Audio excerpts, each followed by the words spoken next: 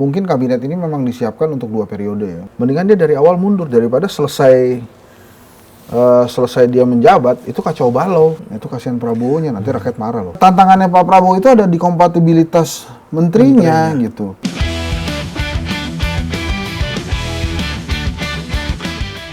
Welcome to Bebas Bicara. Hari ini kita kedatangan tamu Bang Angga. Siap. Luar biasa spesial, orangnya sering malang melintang di televisi nasional kita. Bang Henry Satrio, seorang analis politik dan juga founder dari lembaga survei Kedai Kopi. Selamat datang Bang Hensat. Oke, terima kasih. Siap. Oh ya, saya mau pengumuman. Jadi karena ini adalah rezimnya penguasa baru, Pak Prabowo. Siap. Jadi saya Hensa aja, nggak pakai T. Oh, Hensa. Hensa, jadi berubah nih ya? Ya kita ubah lah. Branding Oke. baru. Ya, walaupun gua agak deg-degan nih, yang bebas bicara nih begini-begini nih, biasanya belakangnya ada apa-apanya nih. Enggak lah, kita straight to the point aja Bang. Enggak, jalan bebas hambatan aja ada bayarannya kan. Banyak. Aduh, apalagi ini nih. Iya. Jadi seberapa bebas kita? Bebas, bebas pokoknya, Silakan. Bang. Kita mengalir dan bebas. Jadi Siap. gini, Bang Hensat, kemarin kan sudah Itu nggak pakai T, pengumuman. nggak pakai T. Oh iya, Bang Hensa. Ya, cocok. Kemarin kan udah pengumuman kabinet baru, Bang. Ah. Ya kan, Pak Prabowo udah dilantik, kemudian pengumuman kabinet baru. Bang Hensa, kita mulai dulu dari gimana melihat pengumuman kabinet baru, kabinet merah putih Pak Prabowo. Gini, sebetulnya saya bahagia betul tuh dengan pidato Pak Prabowo saat dilantik tuh ya. Jadi setelah mengucapkan sumpah jabatan, kan dia pidato pertama kali. Itu sesuai banget sama buku yang dia tulis tuh, Paradoks Indonesia. Oke. Indonesia negara kaya tapi banyak yang miskin. Jadi dia katakan, ini kali kedua saya dengar itu tuh. Nggak benar kalau ada rakyat yang usianya 70 tahun masih mengayuh becak. Usianya di atas 70 tahun masih menarik becak. Itu kedua kali saya dengar. Nah itu bikin saya merinding tuh setiap kali dia ngomong begitu. Kenapa? Ini kan Presiden Prabowo ini orang yang baca buku, elit, dari kecil tajir. Iya, betul. Ya. Betul. Jadi kalau sekarang dia tajir, gue nggak kaget gitu. Iya, iya. Terus dia bicara tentang orang miskin. Beberapa kali. Itu menurut gue oke banget tuh. Buat apa kita masuk G20, dianggap sebagai kekuatan ke-16 ekonomi terbesar di dunia, kalau rakyatnya masih miskin? Itu, waduh, mestinya emang dia jadi presiden tuh dari 2014 ya. Tapi kan Bang, kan kita juga di ini ya, tahu bahwasannya jargon ketika kampanye itu pemerintahan Pak Prabowo yang akan datang atau ketika sekarang ini sudah resmi gitu. Itu kan melanjutkan atau kesinambungan juga dari pemerintahan Jokowi Ma'ruf Amin misalnya. Ya melanjutkan yang baik tapi tidak melanjutkan kemiskinan kan boleh bro. Oh iya. Nah tadi tuh, terus abis itu kan dia bikin kabinet. Ya gue agak deg-degan juga, tapi ada optimisnya juga, ada senangnya juga. Senangnya banyak teman-teman yang masuk lah, gitu ya, walaupun baru 9 bulan belain Pak Prabowo gitu ya. Tapi dapat. Baru setahun belain Pak Prabowo tapi dapat gitu ya. Makanya selamatlah Pak Prabowo, Pak Gibran ya, sudah jadi mudah-mudahan bisa mengembalikan demokrasi lagi. Nah itu kan kalau dalam ilmu leadership itu, jadi kalau kayak Pak Prabowo nih leadershipnya kan karismatik tuh ya. Dia tuh bisa mengklarifikasi norma namanya. Jadi membenarkan apa yang salah gitu, dikembalikan lagi ke realnya. Nah tadi sampai itu ya. Jadi senang juga. Terus kemudian ada beberapa menteri yang saya deg-degan, tapi ada lebih banyak menteri yang saya cukup optimis lah. Walaupun ada pesimisnya. Di sektor apa tuh kalau boleh tahu? Misalnya waktu Bu Sri Mulyani ya. Oke. Emang sih gue ngertiin ini kan rezim hutang. Jadi mungkin memang Bu Sri Mulyani harus ada di situ karena mungkin para bankers internasional itu yang memberikan hutang dan kemudian butuh jaminan ya perlu nama Sri Mulyani di situ. Hanya saja memang mungkin butuh adjustment. Misalnya Bu Sri Mulyani itu yang gue tahu dia tuh nggak suka tuh ada badan penerimaan negara. Yes. Tapi alasannya juga masuk akal karena sekarang Indonesia tuh lagi butuh uang cepet juga. Kalau bikin badan baru ntar koordinasinya gimana dan lain-lain. Erick Thohir gue oke lah, dia mau bikin holding BUMN dari 100-an BUMN udah jadi 40-an, dia jadi 30 baru bikin holding, oke. Jadi kita lihat aja nanti ke depannya seperti apa. Hanya memang saya sih ingin memberikan kepercayaan dan memberikan ruang lah buat Pak Prabowo untuk memimpin negeri ini, untuk memimpin kabinetnya. Jadi silakan aja laksanakan itu. 100 hari nanti kita lihat seperti apa. Walaupun ada beberapa catatan juga di kabinetnya. Yang pertama, ini kan kabinet konsekuensi dari kemenangan elektoral yang memang besar waktu itu ya. Dan Pak Prabowo ternyata baik banget. No man left behind, kira-kira gitu ya. Jadi semuanya diajak masuk tuh. Tapi akibatnya memang jadi besar banget. Terus kemudian yang kedua, mungkin kabinet ini memang disiapkan untuk 2 periode ya. Karena secara perhitungan kan mereka harus siapkan infrastruktur, terutama kementerian-kementerian yang baru ya. Harus siapkan infrastrukturnya sampai level Kopsurat gitu ya. Iya, betul. Terus segala macam label-label lah. Penyiapan Sarpras juga mungkin termasuk ya. Betul. Terus ASN dan lain-lain. Mungkin butuh waktu 2-3 tahun lah. 2 tahun kalau cepet gitu. Tahun ketiga kerja, tahun keempatnya udah persiapan Pilpres kan. Makanya 2 periode nih kira-kira. Jadi menurut gue ini 2 periode. Gitu. Nah, tapi dalam perjalanannya memang ya harus ada optimisme gitu, karena namanya mulai jalan kan harus optimis. Dan Pak Prabowo kan memulainya dengan berbeda gitu. Ada pembekalan di Hambalang, besok ada Tidar. apa tuh kayak team building ya di Tidar. Ya oke aja, nggak masalah itu. Tapi yang jelas memang banyak rakyat berharap betul gitu kepada apa yang akan dilakukan Pak Prabowo, dan kelihatannya kan dia pengen banget menyampaikan pesan bahwa dia adalah presiden yang tepat gitu. Tapi sebelum lebih jauh lagi Bang, yang ingin saya tanyakan gini juga. Bang Hensa kan sekarang mungkin dosen komunikasi politik ya. Dalam pidato di hari Minggu pas pelantikan, ini ada hal yang menarik nih. Pak Prabowo bicara tentang kemiskinan. Nah, kalau dalam perspektif komunikasi politik, Bang, Pak Prabowo leadership berkarisma. Dia memunculkan simbol-simbol komunikasi politik. Nah, apa yang bisa dibaca dari aura, gesture, simbol-simbol sehingga publik nih optimis dengan Presiden Prabowo? Gini, gitu. Pak Prabowo itu sosok yang nggak artifisial ya, jadi dia belak-belakan apa adanya gitu. Jadi kita bisa lihat tuh pidato yang baca teleprompter sama dari hatinya dia tuh beda tuh. Kalau dia baca teleprompter, dia nggak ada gestur lain kalau gue lihat tuh. Jadi dia baca aja kiri kanan kiri kanan. Tapi begitu dia dari hati, tangannya mulai gerak tuh.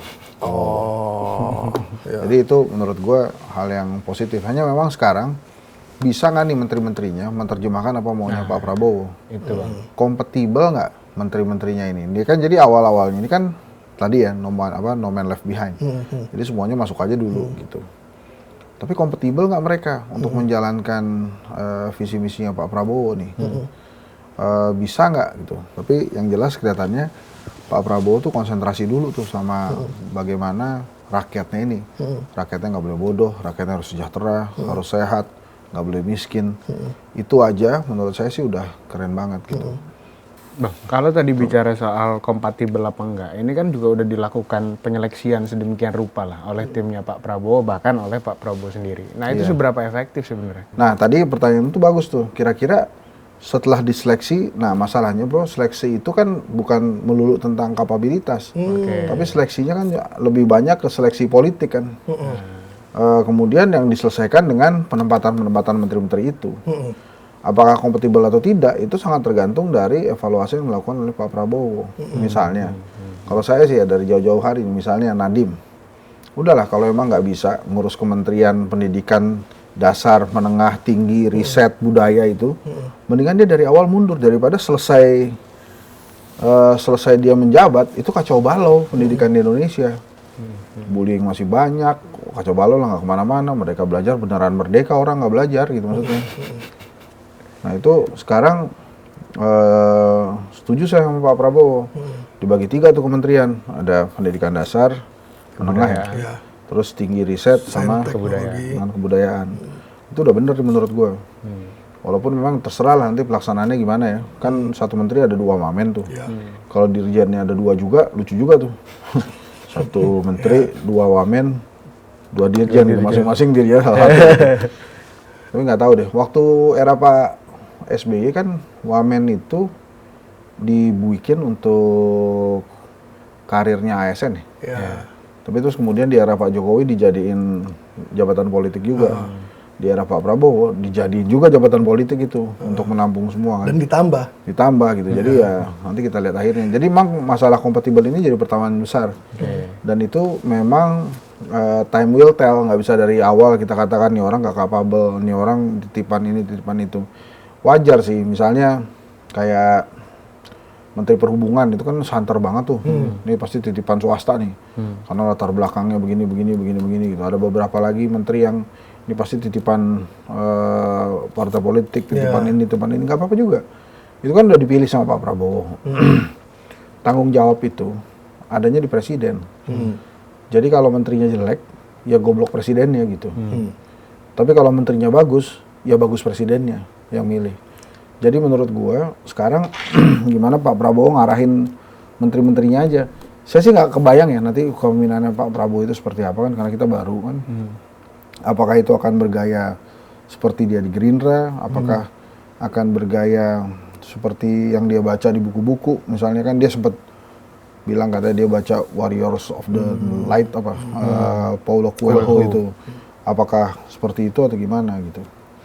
Yang jelas sih harapan gue tuh diletakkan karena ini pemimpin yang baca buku gitu. Itu membedain banget sih menurut gue dengan Pak Jokowi ya. Terlebih gini, Bang, kalau analisa saya gaya kepemimpinan Prabowo itu, kita kan sudah pernah presiden sebelumnya micromanagement. Nah, Pak Prabowo ini kan dia ketum partai, kayaknya dia memasukkan unsur-unsur. Kalau di ketum partai kan ada wakil sekjen aja ada sampai berapa, terus ada bagian lain-lain divisinya dan lain sebagainya. Nah, ini dimasukkan ke level pemerintahan, mungkin makromanajemen. Jadi dia apalagi ada utusan-utusan. Ya, dia kan bilang dengan banyak ini supaya lebih fokus ya. Lebih fokus jadi sehingga lebih cepat. Ya boleh-boleh aja. Jadi alasan-alasan itu sih gue memilih untuk diterima aja dulu. Jadi kan ada beberapa yang langsung skeptis, oh ini kebanyakan gendut segala macam. Biarin aja lah. Orang ini baru mulai kok. Ya laksanakan aja program-programnya, nanti kita buktikan. Misalnya kayak teman-teman kita tuh, Babe Haikal di Badan Halal. Wah ini bisa nggak nih, katanya mau oposisi, biarin aja lah. Orang itu ya udah, itu jalan garis tangan, jalan politik, dia diberikan kepercayaan, jalanin aja. Mas Budiman Sujatmiko misalnya, pengentasan kemiskinan, Noel atau yang lain-lain lah, gue sih silahkan aja. Pak Fadlizon kenapa di kebudayaan, kenapa nggak di Menteri Luar Negeri, biarin aja, itu tugasnya begitu. Jadi menurut saya 100 hari ini kita lihat lah, ini bagaimana jalannya pemerintahan gitu. Kalau kembali ke soal kabinet tadi ini kan udah gede, udah gitu juga tadi banyak yang Abang mention no man left behind gitu kan. Nah, ini kalau apa yang bisa dibaca Bang sebenarnya dari penambahan kabinet, kemudian juga pos-pos baru itu gitu kan. Sebetulnya Pak Prabowo ini apa sih pengen apa sih, percepatan kah atau kalau kemudian menurut gue dia ingin melanjutkan yang baik-baik dan juga cepat gitu. Gimana caranya cepat itu supaya fokus, misalnya kayak UMKM dipisahin sama koperasi. Ya udah koperasinya digedein gitu ya. UMKM-nya juga digedein gitu. UMKM ini kan kata gue dengar sampai izin tambang rakyat yang kecil-kecil juga UMKM. Jadi ini perusahaan ini kementerian nih gede juga nih. Terus misalnya ada, ya itu yang pasti gue apresiasi itu yang pendidikan tadi. Hukum juga oke tuh, ada HAM, ada hukum, ada imigrasi ya, dan kemasyarakatan nggak masalah. Itu menurut gue itu oke banget juga gitu. Menteri Luar Negeri wamennya banyak, nggak apa-apa, jalanin aja gitu. Kementerian Keuangan wamennya 3, ya udah. Infrastruktur juga tuh. Ya itu sih gue oke lah. Jadi maksudnya ini kan orangnya banyak nih. Terus harusnya orang-orang ini kompatibel dengan cita-cita Prabowo. Betul, visinya presiden. Kemudian ya udah dijalanin urusan itu. Ini ibaratnya kan kayak misalnya di yang paling gampang nih F1 ya. Itu kan orangnya banyak bro. Bisa nggak dikerjain cuma 2 orang? Bisa. Dikerjain buat 3 orang? Bisa. Tapi di F1 itu satu tim banyak. Misalnya yang ngurusin ban depan 1, ban depan kanan, ban depan kiri, ban depan belakang kanan, ban depan belakang kiri. Dan itu kalau dibantu ada sanksinya.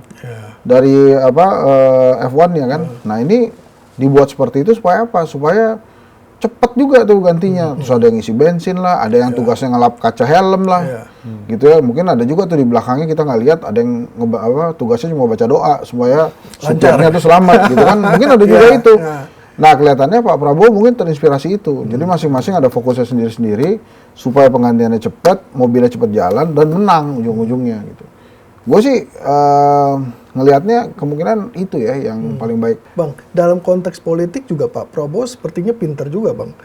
Banyak ketua umum dan petinggi partai itu masuk ke kabinetnya. Ya. Nah, secara tidak langsung ini akan mendorong stabilitas di DPR. Benar nggak? Oh iya, bener. Nah, Bang, tadi kalau sempat dimention soal keadilan lah, anak buahnya jangan di luar jalur dan sebagainya. Terus kalau kita berkaca ke pemerintahan yang sebelumnya, Pak Jokowi ini kan ciri khasnya ada di infrastruktur, gitu ya Bang, pembangunan infrastruktur. Lah Pak Prabowo sekarang dengan postur kabinet yang sekarang, kemudian juga visinya beliau, itu sebenarnya kalau dibaca secara politik, apa yang akan menjadi ciri dari pemerintahan Pak Prabowo gitu? Kalau menurut gue flagshipnya dia kan makan bergizi gratis ya, dan tujuannya gitu kan untuk menyehatkan bangsa ya. Pembangunan manusia. Jadi menurut gue ya itu, gue rasa flagshipnya dia adalah pembangunan manusia. SDM Flagship itu ya, yang bukan cuma SDM, jadi artinya memang dengan rakyat Indonesia yang semakin sejahtera, itu harusnya Indonesia juga semakin sejahtera. Ini berbeda kan, kalau Pak Jokowi kan pendekatannya proyek tuh. Bangun ini, bangun itu, bangun ini, bangun itu, biar kelihatan sih. Ya emang banyak juga yang berhasil, keren juga. Beberapa, ada yang nggak keren juga, jadi nggak dipakai gitu ya. Kesana lah gitu ya, harusnya udahlah kita ke depan yang ngeliatnya. Tapi abang juga tadi dukung juga tuh, keren juga beberapa. Iya keren ya, bro. Itu yang jalan tol nyambung ke Jawa tuh keren bro. Iya. Gue pakai deh. Saya pakai ke Bali dan itu Iya, bermanfaat gitu. banget. Bermanfaat. Itu bermanfaat banget. Udah kan, udah kita puji kan, jadi gitu. Iya. Berarti pembangunan manusia Pak Prabowo. Ya, pembangunan manusianya Pak Prabowo. Terus juga hubungan luar negeri ya. Kelihatannya kan dia selalu mengatakan tuh Indonesia harusnya jadi macan Asia. Itu menurut gue sih oke banget tuh. Soal hukum gimana Bang? Dan kepastian hukum. Nah itu kan kita lihat tuh gimana nanti ke depannya ya. Mudah-mudahan juga lebih baik gitu. Apalagi kan Menteri Hukum dengan yang lain-lainnya sudah dipisahkan tuh. Harusnya Pak Andi Aktas ini bisa lebih berperan lah. Apalagi kan ada Yusril, tapi belum apa-apa dia ngomong tidak ada pelanggaran berat. Aduh, tidak ada pelanggaran HAM berat. 98 itu seralah.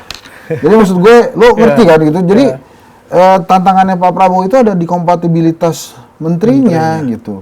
Menterinya tuh udah selesai belum dengan kehidupan pribadinya gitu. Kalau memang belum selesai, mendingan nggak usah deh. Pak Prabowo ini presiden yang sudah selesai dengan kehidupan pribadinya. Dia akan fokus ke bangsa aja. Bagaimana memperbaiki negara, bagaimana membangun negara gitu.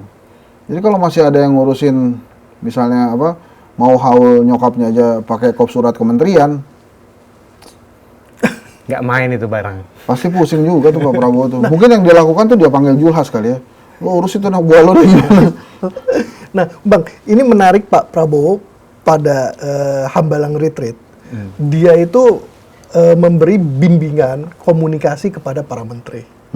Ya, dan saya kira Pak Prabowo selama campaign dia menampilkan sikap yang berbeda ya. Di 2014, 2019, di 2024 dia jadi Prabowo yang berbeda, tidak lagi meletup-letup, dan itu dibawa sampai sekarang, Bang. Nah, dalam kacamata komunikasi, Bang, Pak Prabowo menghadirkan menteri untuk digembleng komunikasi. Artinya kan sebenarnya menyimpan, lo berkomunikasi harus baik, jangan sampai kemudian publik itu nggak klop dengan apa yang diinginkan. Nah, pembacaan abang gimana? Ya itu bagus tuh. Tapi lo tahu nggak teknologi yang digunakan oleh Pak Prabowo sehingga dia berhasil menjadi presiden? Itu teknologinya canggih banget. Namanya apa, Bang? Sabar, men. Jadi dia sabar nunggu giliran, sabar ngikutin Pak Jokowi gitu ya. Sabar berkomunikasi, tidak emosinya juga tidak meletup-letup. Pokoknya teknologi itu canggih banget tuh. Gua nggak ngerti tuh gimana caranya. Nah, jadi pada saat dia memberikan pembekalan tentang komunikasi itu, dia juga memberikan pembekalan pada menterinya misalnya satu. harus mengkomunikasikan keberhasilan kementerian kepada rakyat gitu. Kemudian yang kedua, pada saat mendengarkan rakyat itu ya memang harus dengarkan kan, kalau kata di John Hopkins University itu kan learn to listen and listen to learn gitu ya. Belajar mendengarkan dan mendengarkan untuk belajar itu menjadi penting tuh. Nah Pak Prabowo sih melakukan itu, tapi intinya itu dia tuh udah selesai sama dirinya. Jadi kenapa gue optimis dan memberikan kesempatan kepada beliau? Satu, dia baca buku. Yang kedua, menurut gue dia udah selesai dengan kehidupannya. Dan ini adalah the final destinations dari seorang Prabowo Subianto gitu. Jadi Presiden Republik Indonesia. Makanya gue berani optimis tuh sebelum ada menteri-menteri yang lucu-lucu kayak kemarin ya. Tapi ya untuk ke Prabowo-nya gue tetap optimis gitu. Mudah-mudahan dia bisa tegur keras lah menteri-menteri yang lain. Dan yang paling meyakinkan, dia berani mempertaruhkan nama baiknya untuk jadi presiden. Artinya ketika dia jadi presiden, ya dia pertaruhkan nama baiknya. Ya semuanya emang begitu bro. Jokowi juga ngomongnya begitu tuh. Masalah dia artificial apa enggak belakangan gitu. Tapi maksud gue... Tapi kalau Pak Prabowo kan genuine biasanya. Marah aja dia genuine ya kan? itu, dia genuine. Makanya beda sama yang ini kan. Ya gitulah. Jangan balik lagi bang. Bang, ini yang menarik juga mungkin Sore, Pak Jokowi. ini tantangan global. Nah itu juga penting tuh. Nah dia ini canggih banget ya begini. Jadi menurut gue Indonesia tuh pas lah. Kemudian ada presiden dan Prabowo ini pada saat geopolitiknya lagi kacau balau gitu ya. Yes. Israel, Iran udah mulai ikutan gitu ya. Sebelumnya ada Libanon lah dan lain-lain. Jadi menurut gue dia punya cara tuh untuk memperkuat posisi kita di geopolitik. Memang kan ada idiom tuh ya. Setiap presiden ada masanya. Setiap masa ada presidennya gitu. Itu ada cerita Presiden Churchill bro. Dia itu bagus banget mimpin Inggris pada saat Perang Dunia. Gitu. Begitu Perang Dunia selesai dia mesti diganti. Gitu. Gitulah kenapa presiden ada masanya. Nah kalau Pak Prabowo menurut gue satu, memang Indonesia sedang terpuruk dari sisi demokrasi, dari sisi ekonomi dan geopolitik. Yes. Prabowo orangnya menurut gue udah selesai. Jadi dia bisa jadi presiden, bisa all out untuk negara dan bangsa gitu. Dia nggak perlu cari-cari lagi. Dan untuk itu gue optimis tuh makanya. Mungkin nyambung juga sama idiom orang yang tepat di waktu yang tepat kali gitu ya Bang? Ya bisa begitu juga. Bisa begitu juga ya. Yang tidak kalah menariknya gini bang, kita mungkin bisa lihat ya di beberapa tayangan bahwa Pak Prabowo ini kan bener-bener pemain lama kan, ya kan, dan dia sekarang ini kenal dengan pemimpin-pemimpin dunia. Nah, menurut abang dalam konteks strategi itu gimana? Itu bagus banget, bagus banget. Lu jangan nanya susah-susah gitu, itu bagus banget udah pasti. Maksud gue, dia punya pengalaman, punya jaringan, punya networking, dan sekarang dia udah jadi presiden. Nih, menjelang 100, bukan menjelang lah ya, dari pelantikan sampai nanti 100 hari ke depan pemerintahan Pak Prabowo, itu kira-kira pembacaan abang atau harapan abang atau apapun yang bisa di-share di sini itu akan seperti apa bang? 100 hari, mestinya angka-angka itu banyak yang naik, banyak yang turun. Misalnya angka kemiskinan tuh kalau bisa 100 hari kelihatan programnya untuk menurunkan kemiskinan apa. Untuk pendidikan yang tadinya merdeka banget belajar gitu ya, sampai beneran nggak belajar tuh gue bilang, karena saking merdekanya, yaitu ada lagi ukuran-ukuran yang jelas.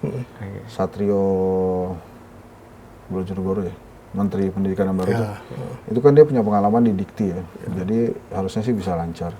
Apalagi Pak Bambang Brojonegoro juga penasihat presiden itu canggih loh ada. Ada penasihat presiden tuh sama Dewan Pertimbangan Presiden nggak? DPA ya. Soalnya ada penasihat tuh ada, mungkin maksudnya gini ya. Tapi dan itu orangnya bagus-bagus tuh. Jadi itu ya. Jadi ada yang naik, ada yang turun. Dari sisi program aja. Kalau dari sisi hasil kan mungkin akan kurang ya.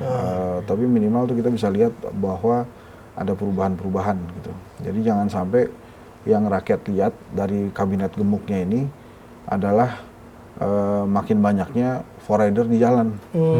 Karena yang resmi sampai menteri aja kan 110 kan. Lo bayangin aja misalnya lewat Supomo nih. Baru mau keluar gedung lo ini, ada yang lewat satu. Kalau semuanya lewat Supomo ini, tungguin 100 rombongan kan. Kita kapan keluarnya? Jadi kalau misalnya itu di bulan puasa, kita mau keluar sahur, baru bisa jalan udah buka. Jadi dia nunggu itu lewat terus kan. Aduh, jadi mudah-mudahan itu bisa diatur lah. Nggak, itu kan hal-hal sepele seperti itu harusnya bisa dipikirin ya. Iya. Tapi sih saya mengucapkan selamat kepada Pak Prabowo, Mas Gibran, titip negara ini. Tolong juga Mas Gibran bisa dukung Pak Prabowo dan menteri-menterinya juga bisa mendukung Pak Prabowo supaya kehidupan kita ini lebih baik. Saya, Henry Satrio, memberikan kesempatan kepada Pak Prabowo untuk memimpin negara ini, memulai memimpin kabinet. Semoga hasilnya akan baik gitu ya, dan kita bisa lihat nanti 100 hari ke depan seperti apa. Gitu. Dan modal politik Pak Prabowo itu tinggi, Bang. Survei terakhir itu di atas 80%. Ya, 81%. Ini jangan ngurang-ngurangin. Ini Pak Prabowo nih. Ini ngurang-ngurangin aja. 280 juta dari 1% itu banyak. Banyak, Bang. Ya, Banyak. Anda ini. Coba tolong disorot ya. Gimana tuh?